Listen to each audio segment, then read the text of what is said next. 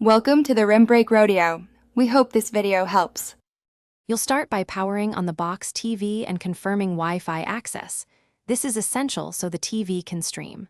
Once connected, open the YouTube app and sign in with your Google account or prepare to pair from another device. Make sure the box TV firmware and the YouTube app are up to date. Outdated software blocks features. Now move on to pairing. Grab your phone or laptop because you'll use it to link and control playback remotely. Now you'll pair by opening YouTube on your phone or computer and tapping the cast icon in the player. Once your box TV appears in the list, select it. The TV may show a prompt. Confirm it using the remote. If the cast icon doesn't show, make sure both devices are on the same Wi-Fi network and restart the app.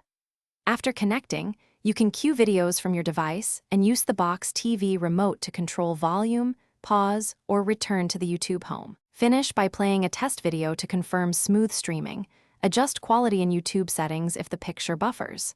If casting fails, reboot the box TV and router, then reopen the YouTube app and repair. This clears common network glitches. Make sure you're signed into the correct Google account and reauthorize the app if needed. If issues persist, check for app updates or factory reset as a last resort. Only after you've backed up settings and understood the consequences. Thanks for watching. Consider subscribing if we helped you.